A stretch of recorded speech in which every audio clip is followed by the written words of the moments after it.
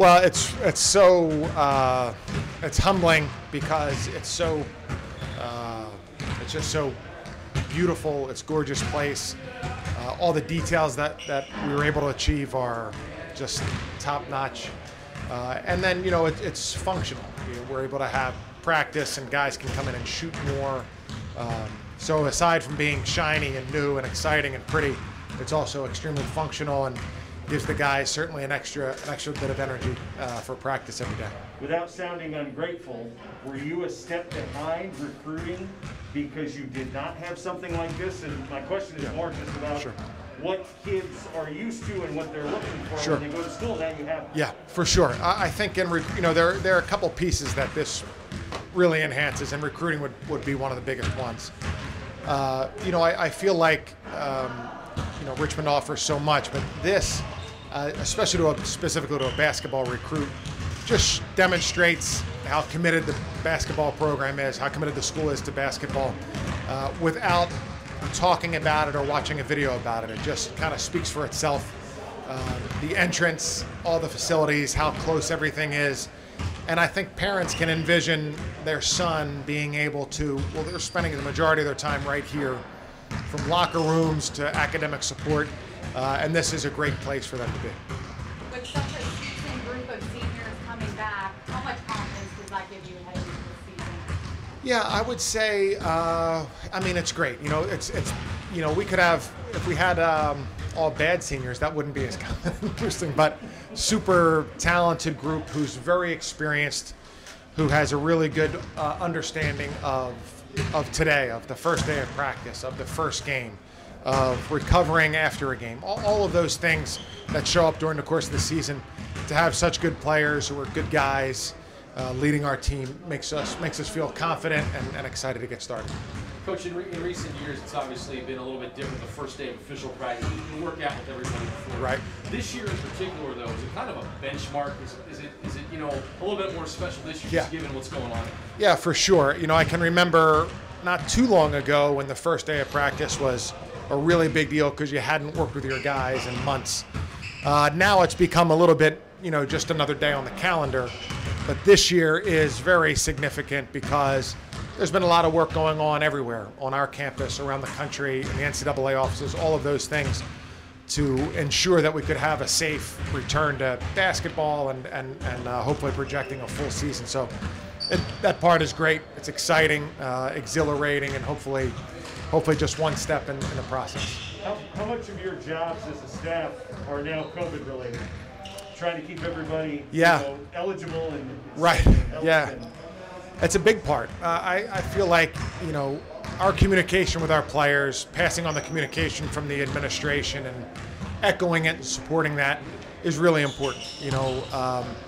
Making sure our guys are doing as many of the right things as possible, hoping that all of those things have a positive impact.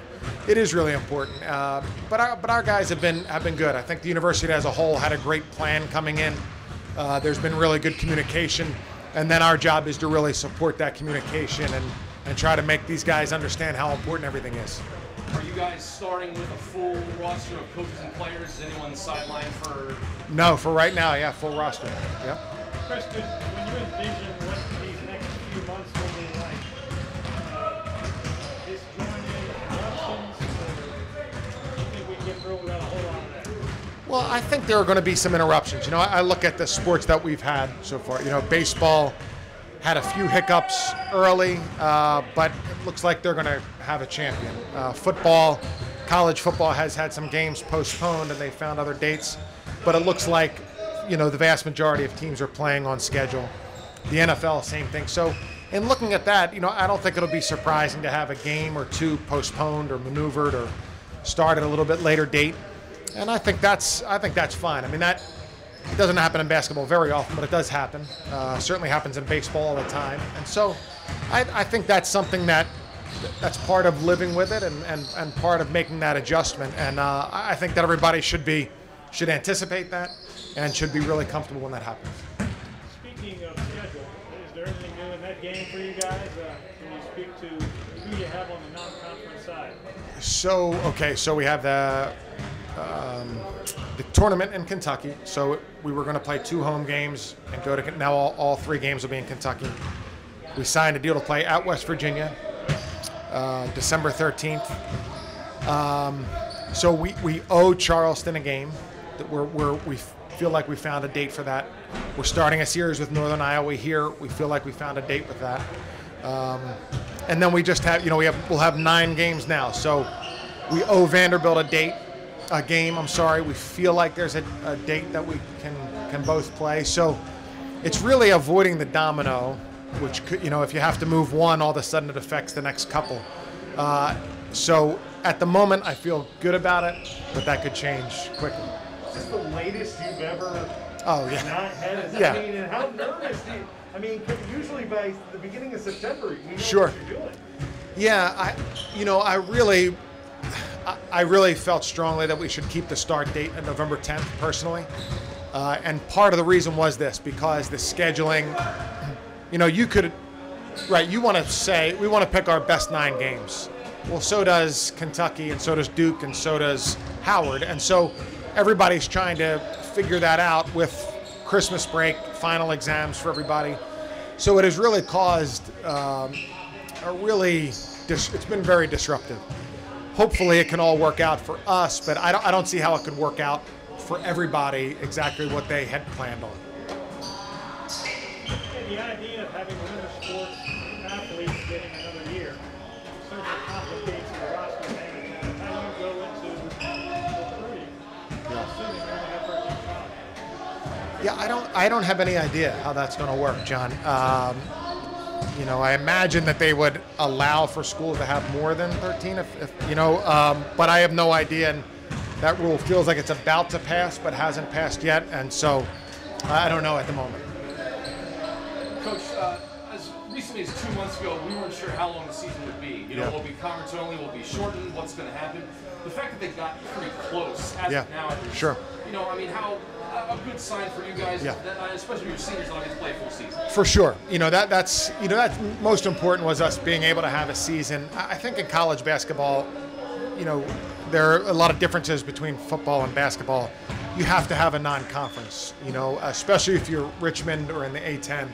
Non-conference is really critically important. So, yeah, for us to be able to have this positive outlook right now, to be going in to knowing in 6 weeks we'll be playing, that is great, and that's an accomplishment for everybody.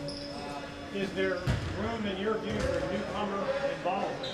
Yeah. 5 senior starters and a couple of reserves back. Yeah, so it'll be a challenge, but I feel like Isaiah Wilson is really going to be a good player, and he's certainly good enough to play. It's whether or not he can play on this particular team, but he's good enough to play. So I would think right now he has the best chance to contribute valuable minutes, but I would say it would be hard for anybody. Do you have any redshirt plans at this time? Not at this time. Everybody's going to be redshirts. Yeah. Is there anything on your jersey to talk about the possibility of around the country? Yeah. So that is right now, that discussion is happening at the conference level, whether the conference is going to have a shared message on the jersey or whether the schools are going to have individual signature or saying on the jersey. So that hasn't been decided yet from that level. We're excited to be here. Obviously, we didn't really know if the season was going to happen or when it was going to happen, but to have our first official practice in the queue, we're excited for sure. So it's definitely big time. What's it like to be in the building that you've only seen on paper for the last couple of years? I'm waiting for it to get officially done, for everything to get done. That'll probably have me a little more excited, but to have the gym to ourselves, it's nice. Just the atmosphere around here, everybody's pretty hype around it. When we're in here compared to when we're in the Robins Center, it's a little more energy in here. So. Do you have more of a can you tell that this early on, first practice, what you guys have been going through, can you tell that there's more, a bigger attention to detail because of the way last year ended and because it was just cut off so abruptly? We'll see. First practice hasn't happened yet. I'd imagine it's a little more attention to detail this year, especially with so many seniors. We're just trying to fine-tune things, make sure we're ready to go. So I think so. Sorry, with so many seniors back, how much confidence does that give you guys? We're extremely confident. I think the biggest thing in college basketball is experience, and to have five guys over 21, whatever, 22, whatever we are, we're excited. I think it's definitely going to benefit us, especially with the way things are going with the virus and everything, and people not being able to practice as frequently as they usually are. I think it benefits us a little more. You know, it's recent. Oh, go ahead, John. I'm sorry. Along those lines, how would you project this thing rolling out as the season goes on? Stop and go, disruptions, or hey, just smooth? I'm hoping it's smooth. I think we're progressing a little bit. I think with football having a couple cases coming back makes it a little scarier for us.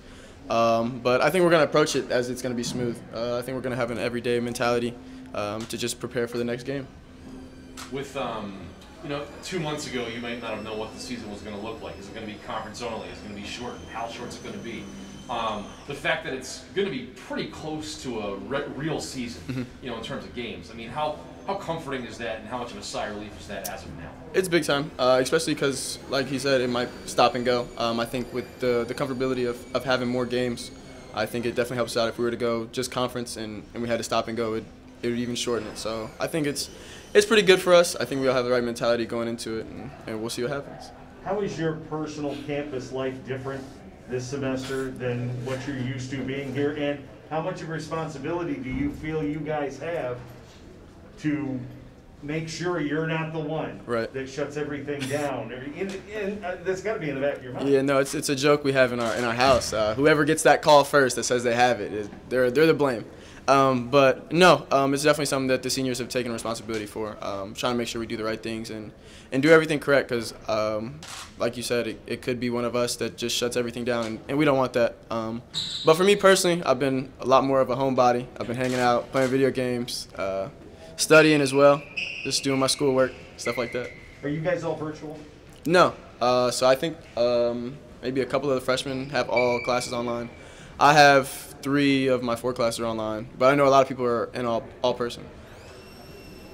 Do you look at, you know, you see some football teams across the country, different sport, I realize, but is it a cautionary tale for you guys about, you know, what can happen? Even maybe they're doing everything right and just kind of happening. Does it serve as kind of a reminder for you guys just to, you know, do everything right as close to as possible? Yeah, no, it's definitely it's definitely a sign for us to make sure that we're doing everything correct. A lot of the football teams are playing. I think that's a good sign for us, but a couple of teams might have to stop. I've seen a couple of stands look pretty packed over there, but you know, if schools handle it the right way, I think it should be fine. Hey, it's almost legacy time for you seniors. You know, only so many games left. What do you want to get out of this season as a group? You set goals personally. I know you've been concerned about in the past. You know, you played on 2 20-loss teams. You're making progress. What's last? I think the fact that we haven't got to the tournament is still going to be the most important thing to all of us. I think, as you saw VCU coming into the year last year, they were projected to be really good.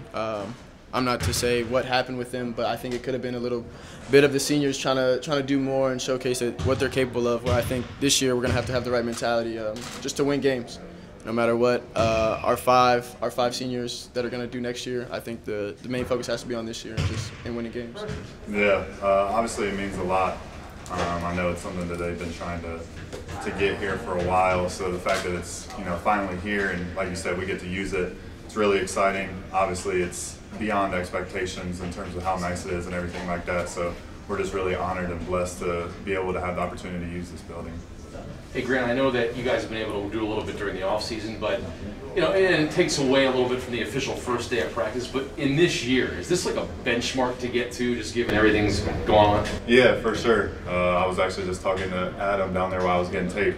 Doesn't feel like a normal day of first practice, but the fact that we're here is really surprising to say the least. We've been through a lot here the last couple months, so the fact that we're here is, we're excited, and we're going to be prepared for whatever they have in store for us for this season. There's speculation that Richmond would be less disadvantaged than every other team because you're older. You have a veteran team coming off this weird off season.